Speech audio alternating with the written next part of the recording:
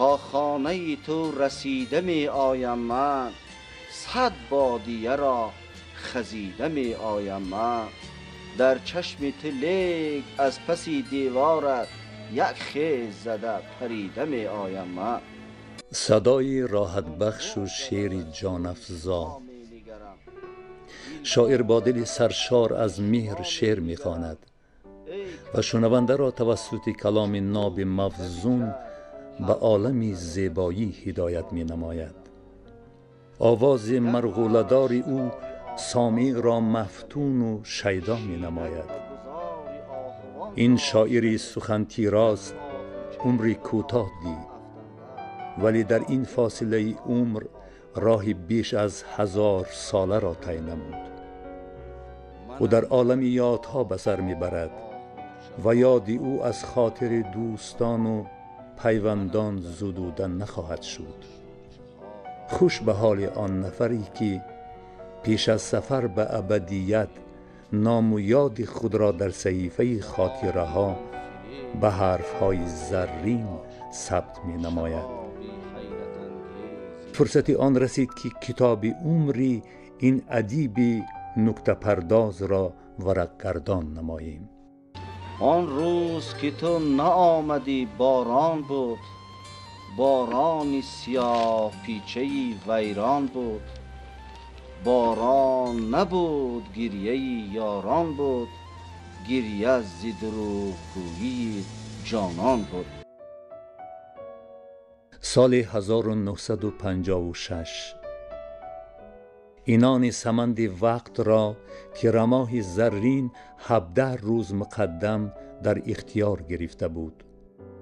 در خاندان خالف اسمت، آموزگار شناخته دهه پوشین که این دهه کلانترین روستا در ناحیه دنغره به حساب می رود، طفل چشم به عالمی هستی گشاد. والدین به او تلقین نام گذاشتند. بنا به نقل پیوندان و نگاشته های همقلمان و دوستان، تلقین از ایام نورسی به شعر و شاعری رغبت پیدا می نماید. از دوره جوانی با شعرگویی و شعرخوانی شوق داشت، شوق رغبت زیاد داشت.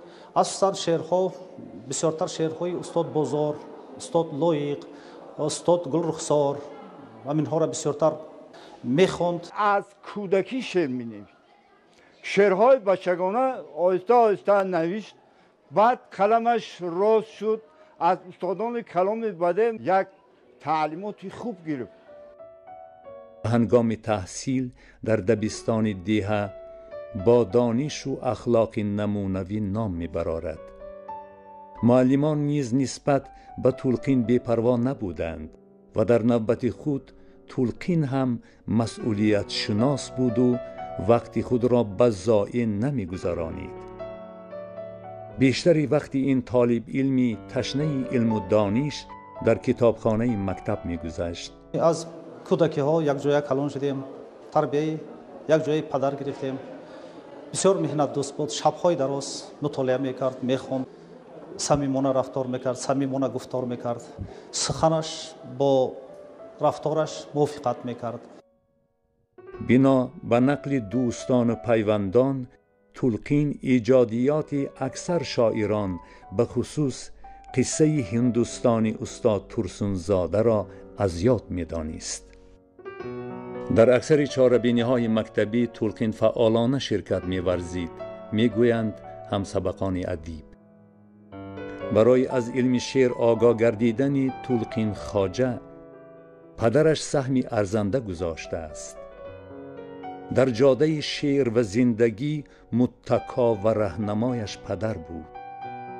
شاعر در یادنامه نسبت به قبلگان نوشته‌اش این معنی را با مهارتی والا در شده تصویر کشیده است. جز پدر پیر ندارم، پدرم پیری من است. از دمی پیری پیری سری خود می ترسم. راه مرگ از پس کاشانه پیران گذرد. پیرم آید چو برون از در خود می ترسم. نه هراسم ز کمانی پوری تیری دشمن. از کمانی قدی بختاوری خود می ترسم. آورم قهر خدا را، به خدا باکم نیست. از دچاری غضبی مادری خود می ترسم. غمی ما را چو پدر نیست پرستاری دیگر. از یتیمی غمی دادری خود می ترسم. پدرم معلم بودند. از جوانی از کودکی ما را با خواندن، با مهنت کردن، در بالای بلند برداشتن دانش خودمان، سویه خودمان بسیار تاکید میکردند، راهبری میکردند. همچون هم آموزگار بودند، هم پدر بودند و برای به کمال رسیدن همین ما، برای به کمال رسیدن معرفت ما، همین یاردم پدرمان بپوسته زیاد بود. سال 1973 تولقین آموزشگاه کینامیخانیکی را ختم نموده مدتی چند در اداره کینانمایشدهی زادگاهش به فعالیت می پردازد. محبت علم سال 1974 او را به دانشگاه دولتی آموزگاری تاجیکستان به نام صدرالدین عینی آورد. به شعبه شبانه فکولته فیلولوژی دانشگاه مذکور داخل شد. در آن ایام تولقین برای تأمینات روزگار خود مجبور شد که به حیث کارگر در زواد سمنت شهر دوشنبه زحمت کشد. ناوابسته از مهنت طاقت فرسا لحظه دور از دفتر و قلم نبود. نخستین شعر او محض در دوره فعالیت در زواد سمنت به نشر می رسد. این عامل باعث آن می گردد که تولقین کار را در زواد قطع نماید و از روی اختصاص در یگان مؤسسه فعالیت مهنتی خود را ادامه دهد. چند مدت در مکتب رقم 53 شهر دوشنبه به سبق دادن شاگردان مشغول شد. پس از ختم دانشگاه دولتی آموزگاری تاجیکستان به نام استاد صدرالدین عینی، امکانیت او برای فعالیت نمودن در مؤسسه های تعلیمی پایتخت محدود بود. باز به زادگاهش برگشت و به آموزگاری مشغول شد. میدونیم که معلم از هم زیادتر بیداری دارد، از هم زیادتر درک دارد و برای بر خواننده رسانیدن شعر یا یک مفهوم ادبیات زیادتر رنج میکشد و همین ها تولقین رو به درگاه شعر آورد. در ادبیات شعر درس میده و تحلیل شعر است و معنی کردن است و خود شعر میگویی و به معنی چقدرتر میرسی و فهماندن به خواننده چقدرتر و موجزتر و فایده ناکتر اون چی میگن انگیزنده تر میشود. اگر از به درون شعر وارد نشده ادبیات درس بدی، اگر در آن حالت از بیرون استاده از ادبیات درس گفتن است. بخواهیم چقدر وارد باشی همان قدر برای درس، برای مفکوره افزایی ادبی خواننده کمکی کننده. آموزگاری پیشه بود برای این ادیب که فکر میکنم تمام عمر توانسته است در پرتو راهنمایی این پیشه صداقتمندانه به فرزندان مردم درس گفته است و خیلی خجالتمند است که در بین آموزگاری امروزه گذشته فرق می‌بیند. این فرق بیشتر از همه نبودن یک نوع صداقت و صمیمیت آموزگار امروزه در قیاس به آموزگاران پیشتر، این چیزی که در شعر ادیب است. در شعر او در موضوعاتی که مطرح گشتند ما همه مسائل را دیده می‌توانیم، سیاست را، دوستی را، رفاقت را، وحدت را و همه این چیزها را بسیار ترانه‌ای عالی کرده است و خیلی بازم ستودنده هست که یک شاعر روستا در دید خود، در نگاه خود، در عالم تخیل و تفکر خود توانسته است که همه حقیقت ها را ببیند. در آوان آموزگاری در مطبوعات کشور نگاشته های تولقین خواجه پیوسته به نشر می رسیدند. او در عالم ژورنالیستیک نیز موفق بود. در روزنامه ها و مجله ها مقاله های متدی چاپ میکرد. بعدم هست که در خوانش های پداگوژی آموزگار فن زبان ادبیات تولقین خواجه در ریسپوبلیک اشتراک کرد، در جمهوری اشتراک کرد و در یکی از خوانش های پداگوژی جمهوری غالب و او را به اعلاچگی معارف تاجیکستان پیشنهاد کردند. او زندگی رو همان گونه می‌سروید، وصف می‌کرد که با چشم خود می‌دید و با دل خود احساس می‌کرد. او شاعری کتابی نبود، او شاعری زندگی بود، شاعری مردم بود، شاعری دردهای مردم بود و با جسارت بسیار بلند از اون همه میگو. از سال 2000 در اساس خواهش راهبریت تلویزیون ختلان به صفت ژورنالیست در این رسانه مقتدیر اطلاعاتی به فعالیت کاری خود ادامه بخشید. تلقین خواجه با نگاه جدید و ذوق تازه‌گویی به عالم شعر و شاعری آمده در این عالم زیبا و گوارا و تسکین بخش و فرح افزا منی خود را پیدا نموده است. شعر بسیار وظیفه مرکب و بسیار مشکلی دارد. در اول می‌دروی به شعر خیال میکنی که این شعر رنگ قطاریه که خیلی که آدم ها میگن و اما حافظا میسرایند و قافیه پردازا قافیه میکنند و مردم که با کم مطالعه خیال میکنند که تم رنگ همون شعر میگویی، لیکن با درون شعر در آمدی با مضمون ها و با کلمه ها و با پهلوگردانی های سخن صرفم رفتی و بعد در او را ریختن در قالب فکر میکنی، دنیا در نظرت تاریک میتوه، بسیار مشکل و دشواره.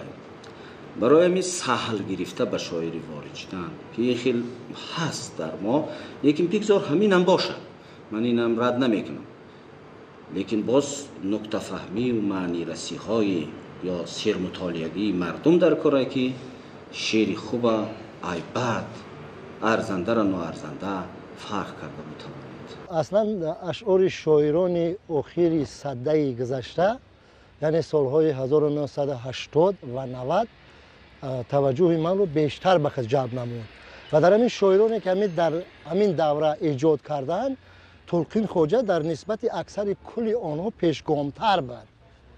از اون پیشگامتر بود تلقین که تلقین از همون ده خود بیرون نرفته است و همه منظره و زیبایی های دیار رو از ده میبیند، از همون شمیم اتراگین دیارش، از همون مردمش، از لحن خوشی مردم، از گویشی مردم.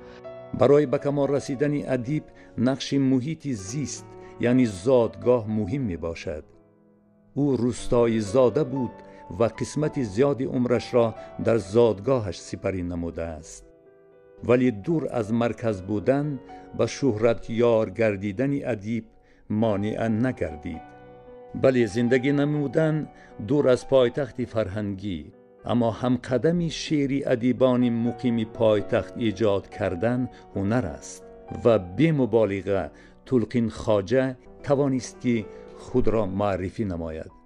درست است که به مسئله و منظره های ده خیلی که مراجعت میکنند، به همین طور مراجعت کنی های من بسیار بودن و هستن، لیکن از این منظره و چشمه هایی که هست، از این چی میگن، از این وای منفیتی یا فایده اجتماعی برداشتن در کار. یعنی منظره فقط تصویر کردن، منظره آبی زلال داری چی گفتن، الکی این کم است اکنون. از چشمه و چشمه های خیالی، چشمه های شعوری، چشمه های مفکوروی، چشمه های مثلا ترقیات امروزه علاقمند شده و چشمه عموما یک زندگی را با وجود آوردن در کار که از اون آدم هم آب خالی نوشیدن، قدی آب خالی را هم می نوشد و چیزایی میگن ذوق‌های دنیوی، ذوق‌های اجتماعی، ذوق‌های زندگی، ذوق‌های انسانیت نوشیدن با بگمان من بسیار خوبتر می شود. برای من به چشمه، چون به چشمه عادی نه، به چشمه وقتی که مراجعت کردم تمام همین عالم انسانی در پیش نظر، تا از این چشمه چیزی من بیرون برارم تا به مردم پیشنهاد کنم از چشمه و جوش زنن، یک تاثیر بگیرن. برخی از شعرایی هستند که وقتی که به اشعارشون نظر می‌افکنی و یعنی اون رو مطالعه میکنی، در میابی که شخصیت او از شعرش جدا است و برخی از شعر او شخصیتش رو در میابی. تلقین خواجه از همین گونه شعرایی بود که هر اون گونه‌ای که در زندگی بود در شعرش هم همون خیل بود. بعضا ادیبان بسیار سیرقلم ما در مضافات، در کوهستان، در دامنه‌های دوردست دیار زندگی و فعالیت کار میکنه و بیشتر ما بیخبر هم میمونیم. البته نسبت به آن که تلقین خواجه یک ادیب در روستا زندگی و فعالیت کرده است معلومات های اولیه داشتیم. کتاب نو با نام خاک بلند به دست افتید. تلقین را من از نزدیک شناختم. تلقین خواجه را همچون یک شاعری که دلآگاه است، شاعری که میتواند به دریچه طبع و ذوق خواننده نزدیک شود پیدا کردم.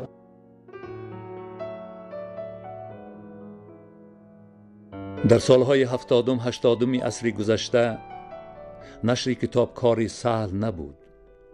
به اجازت شورای بدیعی اتحادیه نویسندگان در یگان مطبعه مجموعه نشر نمی گردید. سال 1985 پس از مطالعه و بررسی شعرهای تلقین خواجه، استادان شناخته لایق، بازار صابر، گل رخسار و گل نظر برای چاپ نخستین مجموعه او توصیه دادند.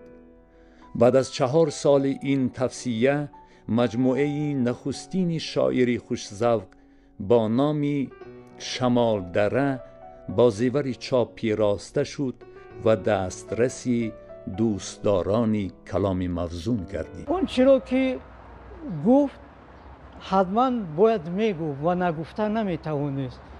اینقدر است که او بسیار نسبت دیگر شخصیت ها، دیگر شاعرها اون رو شاعرانه تر و بسیار با درد مردم نزدیکتر گفت. در شعر او فلسفه غالب است. در نوشته های او که ما را به دیار کوهستان میبرد، به دهه میبرد، به شناخت انسان ها میبرد. حقیقت کامل نهفته است که ادیب از آدمیت، از آنی که انسانیت با کدام خاصیت ها میتواند که در جامعه موقع داشته باشد، از این به ما حکایت میکند.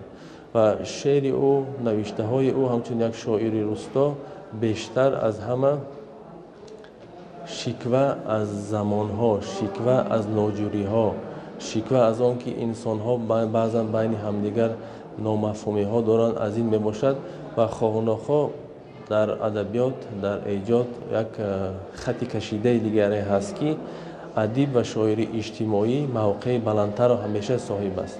این را ما از آثار بزرگترین ادیبان خود آگاه هستیم. از فردوسی بزرگ آغاز کرده تا اینی که اینا همچون ادیبان اجتماعی بیشتر از روزگار، از زندگی پند گرفته و چیزی گفتند. تلقین خواجه هم از جمله آنها است که بسیار عادی، بسیار خلقی، بسیار رو با روح و روان زنده چیزی گفته توانسته است. بیشتر از همه خلقیت اشعار او بلند است. وقتی که شعر او را میخوانید با او همراه و همسفر میشوید. تلقین خواجه در ایجاد شعر، به خصوص شعر اجتماعی، خیلی موفق بوده است. وقتی که به مطالعه اشعار او میپردازیم، عیان میگردد که شاعر با زندگی، با دنیا، با حیات، با طبیعت شاعرانه مناسبت داشته است. غم و درد را شاعرانه تحمل کرده و سرور و فرح را شاعرانه بر رشته تصویر کشیده است. موسیقی در شعرهای تلقین خواجه موقع نمایان دارد. واقعاً در یک بیت استفاده نمودن واژه‌های هم آهنگ دلیل از هنری والای شاعر می باشد. در سخنوری هم دست توانا دارند، جای شک و شبهش نیست. چند مثال من انجام میارم که این گفته را اثبات میکند. باد این عالم دون را به سرم ره ندهم، یاد این عالم دون را به سرم ره ندهم. ببینید همین دو کلمه یاد و باد هم خافه شده است، دیگر عکس کلمه های باقی همه در قالب ردیف آمدند. و دیگر وام به گردن پسر خود نمانده رفت، شام به دامن سحر خود نمانده رفت. در یک بیت در مثل اول 3 کلمه و در مثل دوم 3 کلمه دیگر را هم قافیه آوردن. وام با شام، گردن با دامن، سحر پسر با سحر. خیلی زیباست. یا دیگرش دستم نمیرسد به پری کوی بالشه، پایم نمیرسد به سر کوی رامشه. ببینید پر با سر، کو با کو، بالش با رامش. آفرین. سنگ زند راه تو بر پای من، چنگ زند آه تو بر نای من. هماوازی سنگ با چنگ، خب راه با آه، پای با نای. این گونه نمونه ها خیلی در اشعار شاعر زیادند و از هنر سخنوری و آگاه بودن از آهنگ کلمه که در بیانشون هست شهادت میدهد. تولقین محض از همون ده نشسته، او نه در یک کتابخانه بزرگ رفته چندین فرهنگا را بیند، از زبان مردم گفت و زیبا گفت، شینم گفت. و امروز شعر تولقین رو به نام تولقین در کدام جایی که شعر تولقین در میان هزار شعر باشد بوی تولقین میکند، بوی شیوه تولقین میکند، گویش تولقین میکند. آن گونه که شعر استاد لایق شعر لایق است. اگر سر 100 جا ما او را چی بکنیم بوی لایق میکند، بوی شیوه گفتارهای همون مردمی دهش میکند، همون مردمی که هستند. اینا پاره های تاجیکستانند و زبان محض از همینا آباد شد. این بزرگی زبان هم از همین است که اینا آمدن تصویر شدن و زبان رو واقعا مقدس گردانیدن. از مطالعه اشعار شاعر برمی آید که در تمام حالت هم نفس و همدمی او کاغذ و خامه بوده است.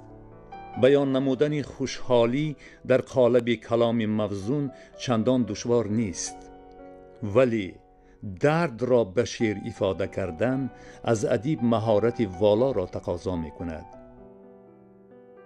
سوگنامه های تلقین خواجه را به آب چشم خواندن امکان ندارد، ولی همین درد برای تقویت مهارت سخنگستری او نقش گذاشته است. موضوع اشعار تلقین خواجه گوناگون است، همچنان که زندگی خود رنگ و برنگ است و گوناگون است. و خوشبختانه من با تلقین خواجه از نزدیکی آشنایی داشتم. تلقین خواجه در سن سال کمالات ایجادی از دنیا رحلت کرد و او نمیتوانست حتی در خصوص این رحلت ناندیشد، چون که 2 فرزندش را از دست داده بود و حتما فکر میکنم که او به جستجوی فرزندانش رفت و آنها را یافت و خواست که در پهلوی آنها باشد. دین در بر بچه هایم بود، دست پرور باشه هایم بود.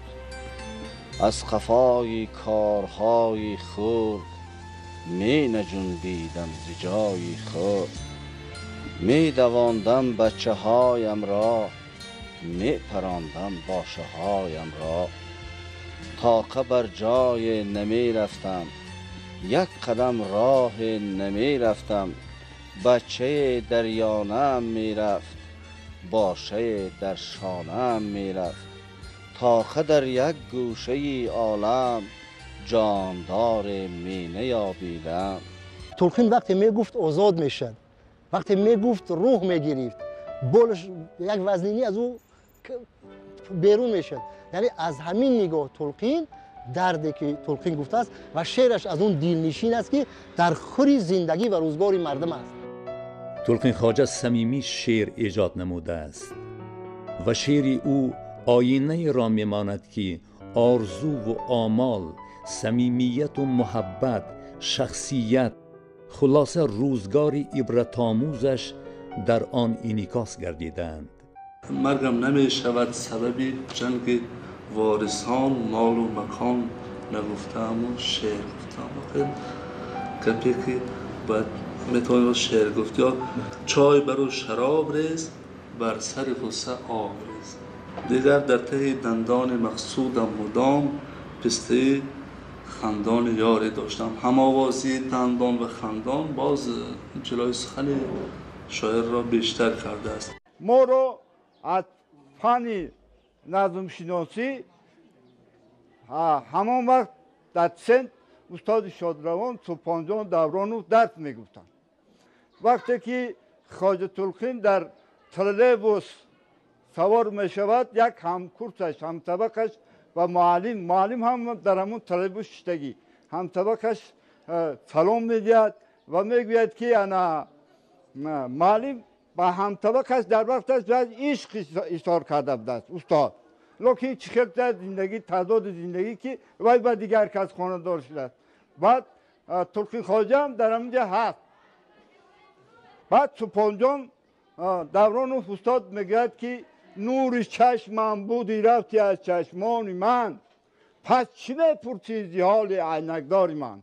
یعنی میگوید تو عینک مونده استاد، شما عینک مونده بخیر. بعد خواجه تلقین این شعر را در حال فیلفور از یاد میکند و با امتحان همون استاد میدراید. وقتی که با امتحان داخل میشد استاد میپرسد که یک شعر از خودت گوی و تخته کن، وضعش معین کن. بعد همین شعر استاد میگه، استاد حیران میشود، در جامعهش نمیگنجد. همین خیلی بهای 5 خطی اعلی خطی باید سزاوار میشه. الهام این شاعر مفزون خیال از دریای روان و جاویدانه نظم نیاگان شاداب گردیده است. او در قالب اکثر ژانرهای سنتی شعر ایجاد نموده است. اینچنین شاعر در ایجاد شعر آزاد هم موفق بود. دو بیتی و رباعیه‌های شاعر خیلی صمیمی و دلرسند و چون رشته مهر دیروز را با امروز و امروز را به فردا می پیوندد.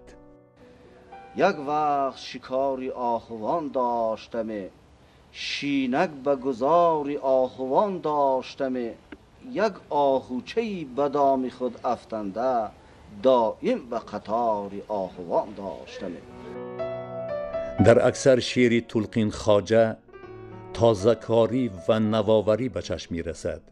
از همه مهم شاعر در ایجاد شعر روشن بیانی را کار فرموده است، یعنی مفهوم‌های متروک و پیچ در پیچ در ایجادیات او به چشم نمی‌خورند. هر چیزی که میگوید از زبان یک شاعر، یک دلآگاه روستا به خواننده پیشکش می‌سازد. فکر می‌کنم که این همین جهت‌ها است که تلقین خواجه به دل هر یک خواننده که اولین بار اثر او را، کتاب او را به دست می‌گیرد راه یافته می‌تواند. شرط است وی در شعر تو عالمانه گپ زنی یا لغت‌های دشوار کار فرمایی، لغت دانی تا اثبات کردن نیست. شعر رسالتی خودش دارد تا با همون اندیشه ها، با احساسات های آدم ها تاثیر کردن در به همون عادی ترین عصب های آدم و حسیات های آدم تاثیر کرده، اون را انگیختن در کار با واسطه انگیزش ها، انگیختن ها باید پیش بردن و اینو بدتر فهمیدیم. شعری که او برای مادر می‌سراید و وصف عالم مادر را میکند، من فکر میکنم که بلندتر و بیشتر از او یگان شاعر روستا چیزی گفته نتوانسته است. مادری کمپیری من کودک شده است، گنده و گویا و گریانچک شده است. روز و شب آوارم از پشت او، زاره و نزارم از پشت او. می شود خوابش گریزان تیز تیز، می شود تابش گریزان تیز تیز. از عبادت ها خدا می جویمش، از طبابت ها دوا می جویمش. همرهی او کودکانه گپ زنم، با فسون و با فسانه گپ زنم. می دهم گپ های شیرینش مدام، می کنم تعریف و تحسینش مدام. دوست داری ها شده است، آزمندی غمگساری ها شده است.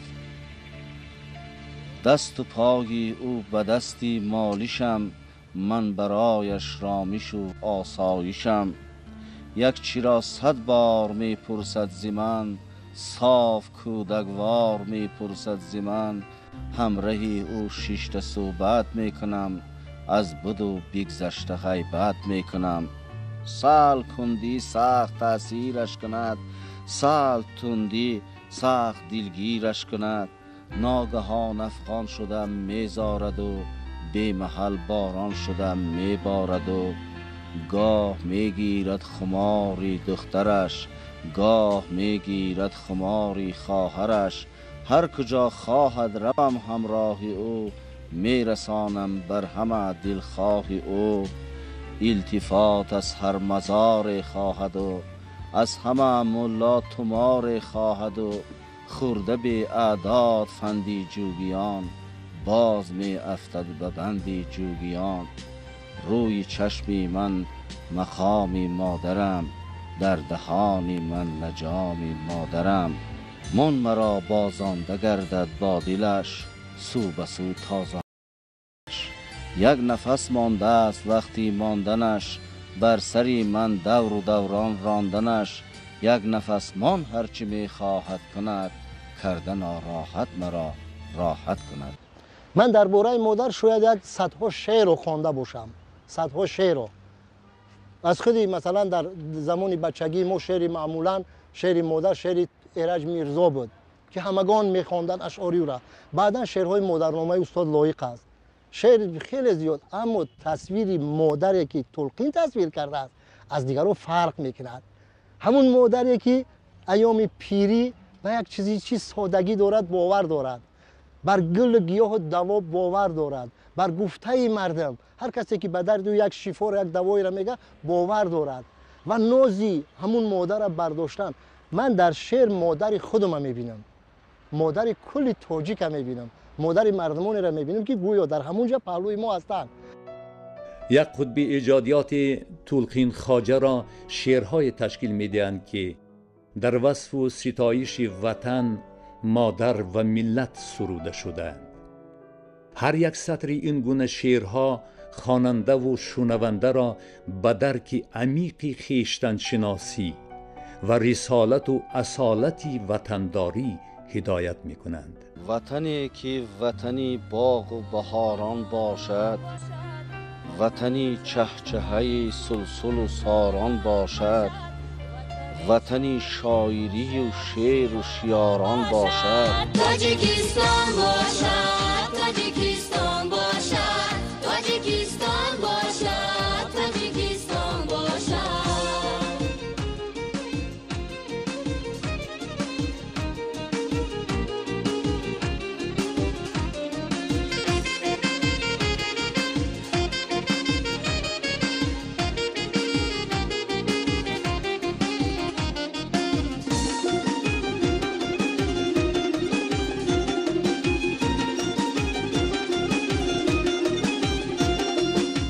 وطنی کی وطنی شرشره های شیریست، وطنی مزرعه و منظره های سریست، وطنی جوش و جوانی جهانی پیریست. تاجیکستان باشد، تاجیکستان باشد، تاجیکستان باشد، تاجیکستان باشد. شعر هست که انسان رو تربیت میکند، بر انسان صمیمیت میارد، دوست داشتن میارد، محبت میارد. بعد همین قدر خستگی هایی که ما چقدر مشکلات از سر گذراندیم یک دوره، در همون دوره پرشوب و پرشیب و فراز تلقین توانست که خواننده را در اطراف خودش جمع کند و محبت وطنداری را با او بیاموزاند، بگوید که این وطن وطن ما است، این از همه زیباترین جای ما تاجیکستان ما است، از همه محبت زیاد در تاجیکستان ما است. یعنی او از دید خودش دنیا را دوست داشته است، وطن را دوست داشته است و همین سنگ خاک دیار را دوست داشته است. تلقین خواجه به پیشه آموزگاری محبت و صمیمیت خاصه داشته است. کسب آموزگاری برایش مقدس بود و بیش از 12 ساله با همین پیشه کسب معاش نمود. این معنی را در ایجادیات شاعر بارها تاکید نموده است. بیش از 15 سال او در مکتب دهه شرشر که از خانه او در مسافه تقریبا 6 کیلومتر دور جایگیر است فعالیت می نماید. من که خودم ساکن همین دهه هستم، هنوز ما از مکتب نامومده علاقه تلقای در مکتب بودند. همین دایم در ساعت 7 شروع می‌کردن، در ساعت 7 پیش از همه حتی پیش از همون مثال فراشای مکتب او کسا در مکتب حاضر می‌شدند و از صمیم دل دست می‌گفتند بولی نشده که اون کار او در غلطه باشه یا یگم چی مونش باشه، حتما همون دست اومده میرسیدند. این گفته دلیل آن است که تلقین خواجه هم در عالم شعر و هم در دنیای آموزگاری سعادتمند و موفق بود. در برف و باران، در سرما و گرما و درس را ترک نمی‌کرد، رفته به همون خوانندگان شرشر درسی زبان ادبیات می‌آموخت. خوانندگان بسیار اعترافش می‌کردند، مردم را اعتراف می‌کرد، دوستش می‌داشتند، چون که معلم فعال، آموزگار فعال بود. برای همین هم از جهت شعر و شاعری هم از جهت آموزگاری به نهایت مرتبه بلند داشت. در یک بیت میگوید که همچون بدنفس یک هنر پیشه را نکردم پیشه. تلقین خواجه آموزگار بود، معلمی بود که در دهه به تربیت فرزندان مردم مشغول بود و یک عمر از روی این کسب، از روی این کار زندگی خود را پیش برده و به این کسب سواد مشغول بود و فکر میکنم که اکثری شعرهای او، اکثری آفریده های او در این کتاب جمع آمدن پیشتر از همه خصوصیتی یک نوع پندآموزی تربیه و اخلاقی دارند. من جا نتوانم شد در قالب قاعده، مولا نتوانم شد در جان و دل و دیده. 100 سنگ سقط خوردم، 100 مشت و لغت خوردم، از بوسه دزدیده، از راز نپوشیده. بیند زن زیبا را دیوانه کند خود را، فریاد دو دیده نادیده. از افعی پیچیده بر خود نمی پیچم، آنگونه که می پیچم از تهمت پیچیده.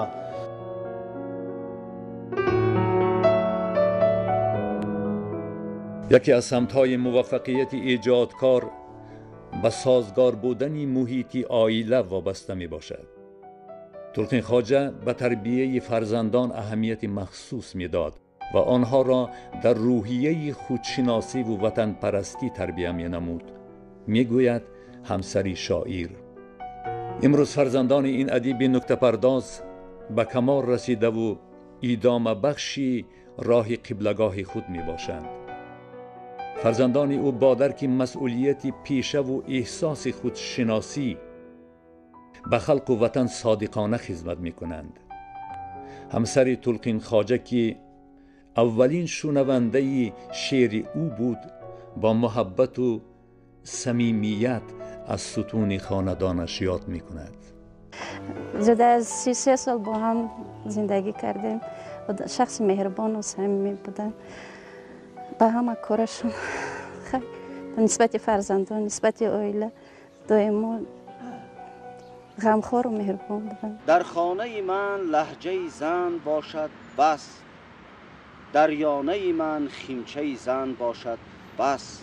من پنجه خیز را به گولان دادم، در شانه من پنجه زن باشد بس.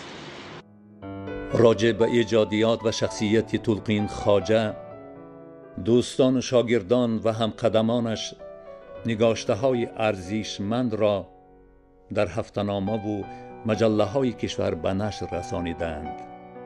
این اقدام در شناخت شاعر سهمی ارزنده دارد، ولی به طور باید و شاید هنوز آثار او تحقیق نشده است. تلقین خواجه همچون شاعری دردآشنا، همچون شاعری اصیل در خاطر هر یک شاعر، در خاطر هر یک خواننده، در خاطر هر یک متخصص و آموزگار فکر میکنم که با این اشعار زیبا و رنگینش دائما جاوید میماند. مرگم نمی شود سبب جنگی و آرسان، مال و مکان نگفتم شعر گفتم.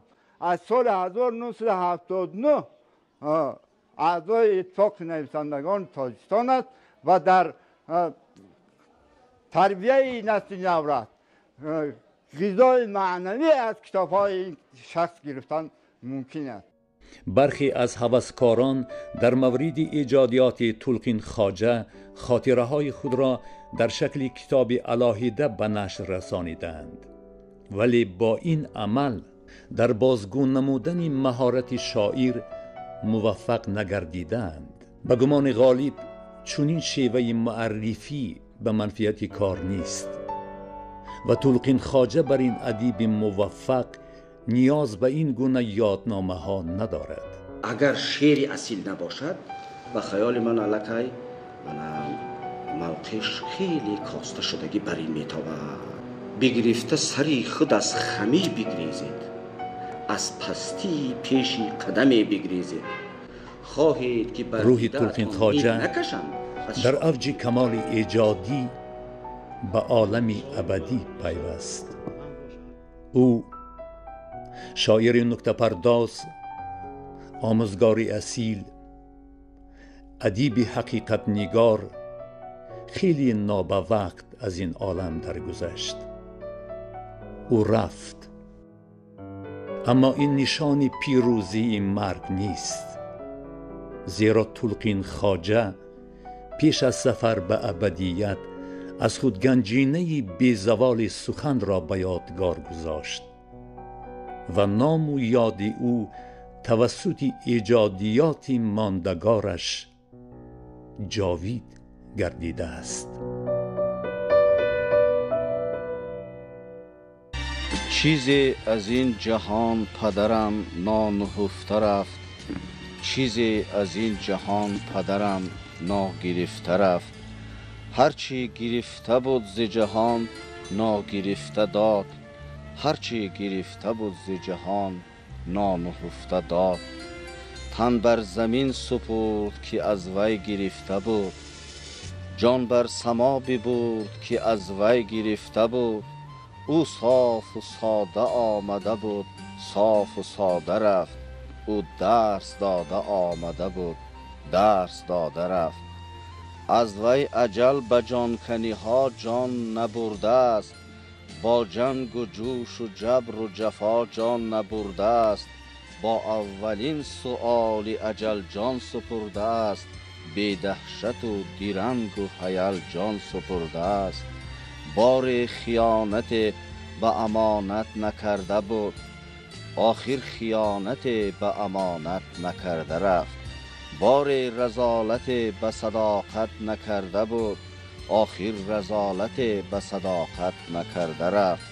خم ناشده ز پیچ و خمی زندگی گذشت، کم ناشده ز بیش و کمی زندگی گذشت. خود را نکشته در قدمی حاتمی گذشت، خود را نکرده متهمی آدمی گذشت. وام بگردنی پسری خود نمانده رفت، شام بدامنی سحری خود نمانده رفت. او بود یک درستی وقتی درشتی ها، او بود یک بهشتی ایام زشتی ها. پرسیده اند و کافتند آن قدر ورا، حق و حلال یافتند آن قدر ورا. دیگر در آن جهان نبود پرسش ورا، دیگر در آن جهان نبود ترسش ورا. او راست بر بهشت بیاید در آمده، ناخواست بر بهشت بیاید در آمده. ماند ته تعجبی تشریف او بهشت، ماند ته تصرفی تعریف او بهشت. چیزی از این جهان پدرم ناگرفته رفت، ریزی از این جهان پدرم ناگرفته رفت. نگرفته رفت کام خودش را از این جهان، یک نیزه انتقام خودش را از این جهان.